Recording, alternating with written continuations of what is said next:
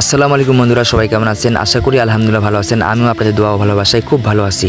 তো আমি ইটস রাসেল 2.0 আমার পেজে নতুন ব্লগে আপনাদের সবাইকে স্বাগতম। তো অবশ্যই বুঝতে পারছেন ক্যাপশন দেখে আজকে ভিডিওটি কী রিলেটেড হতে চলছে। তো কথা না বলে ভিডিওটি শুরু করা যাক। তো দেখতে পাচ্ছেন আমি এই মুহূর্তে যাচ্ছি আমাদের যে খোলাবাড়িয়া 0 পয়েন্ট সেখানে যাচ্ছি। তো পাটুল এবং খোলাবাড়িয়ার যে মাঝখানে যে একটি রিসোর্ট আছে দেখতে পাচ্ছেন, এটাই সে রিসোর্ট। আর কিছুদিন পর যখন এই রাস্তাটি ডুবে যাবে তখন কিন্তু খুব সুন্দর লাগবে।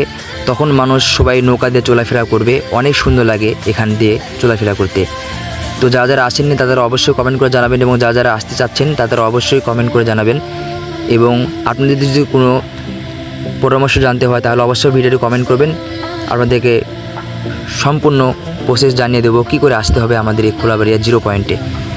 তো বন্ধুরা, আমি এই মুহূর্তে চলে আসছি আমাদের 0 পয়েন্টে। সেখানে এসে কিছু ভিডিও শ্যুট করলাম এবং ফটোশ্যুট করলাম বন্ধুদেরকে নিয়ে।